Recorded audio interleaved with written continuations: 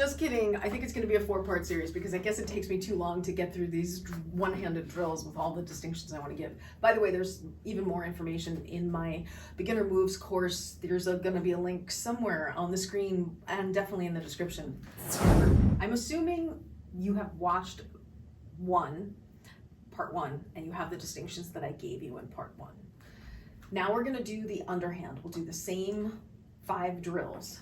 So it'll be chest high. Again, you're going front to back. Now, one thing for people to think about that may not be obvious, and if you're going to use a mirror, it's not just relevant, like if you're my mirror, it's not just relevant to stand like this, but it's also relevant to stand like this, because a lot of people when they start out do this like this. So this is the back plane, or supposed to be the back plane, but technically, if it were really the back plane, it would be behind the frame of your body.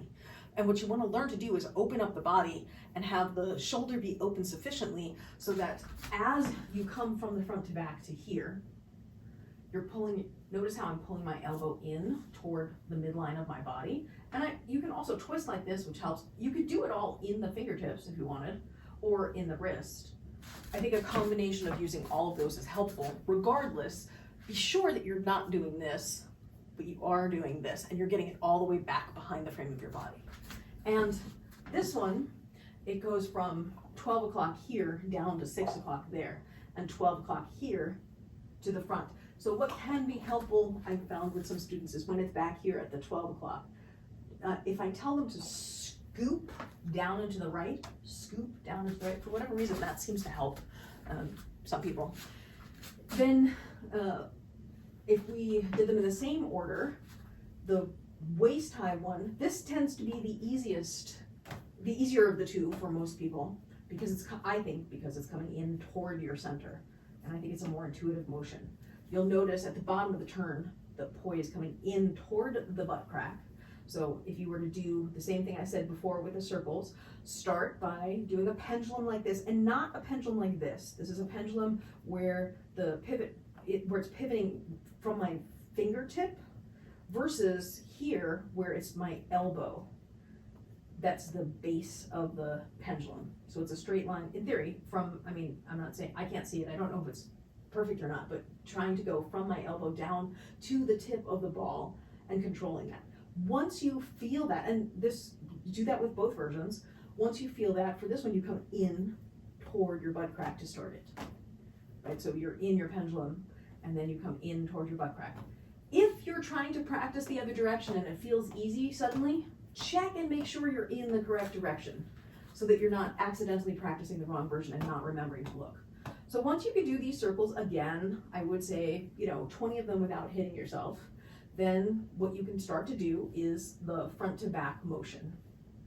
If you looked at this from the side, it's sort of like your hand is fluttering from the front to the back. You'll notice my elbow is further from my body. I keep my elbow bent and it's not locked like this. So you want to avoid that. You want a nice loose motion. And again, as with the overhand version, you want the palm posterior, not anterior, throughout. So you're not doing this, you are doing this. This is a useful skill. I'm not saying it's not a thing, it is a thing. I'm just saying learning this one gives you more options later in your practice, and I think it's better to spend the time focusing on this technique. And hey, your mileage may vary. Just like the waist-high transition in overhand tends to be harder than the waist-high transition in underhand, it is also true that the head-high transition in overhand tends to be easier and in underhand tends to be harder. I think it's because you're pushing away from your center in both versions of the harder one versus pulling in toward it. Now, if you're struggling to get this motion up here, first of all, I would recommend looking at the wrist gesture itself. I've likened it to flamenco dancing, but if you haven't seen flamenco dancing, that's not useful. There's a lot of motion happening there. And then what can be useful is 2 drills, one where you hold this like this and practice trying to do that and look nice and loose and easy and like it's not effort, like you're not. So let me distinguish for you what efforting looks like. Notice the tightness of my fingers. I'm not open in my wrist anymore, the facial expression, the tension in my body, versus the looseness when I'm doing the circle. Note if you, I hope you can see, like this, not loose. This, loose. Not loose, loose. Anti-flow, flow, right? I'm allowing, there's an allowance that's happening here between, somebody was saying in a video earlier that they were, Sarah, I think you were asking earlier about your buzzsaw. And in the buzzsaw, you were saying it doesn't feel right. My suspicion is what's happening is it's catching on your finger, probably because you're gripping so tightly. Sometimes it seems counterintuitive, but a loosening of the grip, if it's too tight, can allow the poi give that bounces between your fingers. And it's not a gap. It's not like it's like this, but you're just not pinching as hard. So there's leeway for it to move in a way that just, it feels better when you get it. But in the beginning, because you're tense, you don't have enough control, you don't know what you're doing, and sometimes because you're afraid your poi are going to fall out of your hand, you tighten up in an effort to hold on. But sometimes you're just holding too tight and you need to just let it go a little, and in that it will open up for you. So this drill here is one of the 2 drills that you should be working on if you're struggling with it, where you're holding it here in front and you're just holding that circle. And then doing similarly the same thing back here, which my guess is mine is slightly tilted like that, because this is, I feel like, kind of hard to maintain straightness.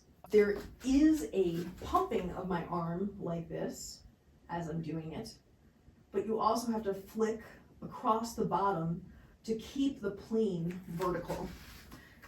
And once you can do either of those for like a couple of reps, you might have an easier time getting this motion. But if you're struggling with it, you can start back down here at the chest and then incrementally move your hand up and in and in. And again, I want to differentiate. Doing it over the crown of your head is different than doing it out here. And I still want to remind you, when you're doing it out here, the poi passes in front of your face. So if your aim is off, you're much more likely to thwack your face than if your hand is here, where you'll notice the circle doesn't actually overlap my face anywhere. Next up, we're going to work with the floor and ceiling again. This is the corkscrew. So you're here making a circle that goes to the left, and at the top of the turn, that's how you're measuring it, not at the bottom closest to you, but at the part that's farthest from you, as if you're looking at a clock, the 12 o'clock point that you laid down like this. So at the 12, top, away from you, it's going left counterclockwise. And again, you're still doing that thing where you're doing a circle down below you and a circle up above you. A circle down below and a circle up above.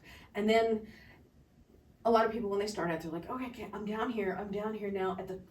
When you move, you're moving as you go across the front of the turn. You're going to move your hand up and out and around to come around your head. And then at that same time, the front of the turn, you're going to come down, and it's like you're tracing your hand through the clock. At 12, you start coming down. By 9, you're halfway down. By 6, you circle in front of you, and you're all the way down. And then you start going back up at 3, and then you're up top at 12. And then you just repeat that millions of times, and then you have your corkscrew. Next up, we are doing the weave prep. So you want to first start with the crossover drill, going from home to away, home to away. If you're struggling with this and you find that it's going really wide and you're like this, or if when you're doing it, you see something like your plane when you cross is like this, one thing that'll help is when the poi is on the away side, push down and forward, down and forward, down and forward. So if you were mirroring me right now and you're doing it with your left hand, now I would be mirroring you because I'm matching you. You still push down and forward, down and forward, down and forward. And again, you want to aim for being able to get your hand to come through this triangle of power as you're doing this motion side to side. And then once you can comfortably, and especially with underhand, I said this in the overhand video, but I should say it in the underhand video. especially here, people tend to do this where their hands start coming up high at their head, which can be a really beautiful movement later. But I recommend when you first start out that you learn how to control it and bring your hands in and down. So if you notice yourself going up and up and up, come back down to neutral. And if your hand keeps drifting up and up and up, come back down to neutral. Breathe into it, feel it down here. And I recommend you do all of these with your eyes closed, a blindfold, or both. And then, like many times, I recommend you do these drills a lot with your eyes closed also, or a blindfold, or both. And when I say a lot, I mean some uncountable 4-digit number. Now, I'm not saying you won't learn moves until you shouldn't learn moves until you finish these drills. I'm saying I think your practice will fundamentally be much stronger after you've hit some 4-digit number of repetitions of each of these things. Once you have the side to side and you have good control, and it's down here, then start doing 1 home, 2 away. So 1, 1, 2, 1, 1, 2, 1, 1, 2, 1, 1, 2, 1, 1, 2, 1, 1, 2. And then you're going to add the other hand in. Where overhand went over the arm, under the arm, and back home, this one goes under the arm, over the arm, and home. So if you're struggling to get it under the arm, which I've seen a lot of people do, even though they can do this, something happens where they try and enter the other hand into it. Here's what I recommend you try. Start it in the home position, cross to the away position, take your hand as if you're being sworn in, and lower it down at the elbow so that the hand is now above, the empty hand is now above the hand that's spinning, and you're in the under position. Now from here, at the bottom of the turn, so when it's down here, you're going to bring the arm up and over the other arm. Now you have to remember when you do this, so if you imagine you're being sworn in before you bring the arm down, you want to remember that the arm can't go down like this. It has to go straight down on the plane that is closer to your body than the plane of the poi, or else if you go down the wrong way, it'll do that, right? So here, if you're still struggling after doing that, try it again. And then eventually, after continuing to do that, however many times you need to, you should be able to cross it underneath. Another way to think about it is crossing low, then high, then home. Low, then high, then home. Low, then high, then home. That completes video 2 of the 4-part series. You've now, in theory, done both overhand and underhand, the 5 drills in each direction with your left hand. Video 3 is overhand with the right hand, so please check that out next.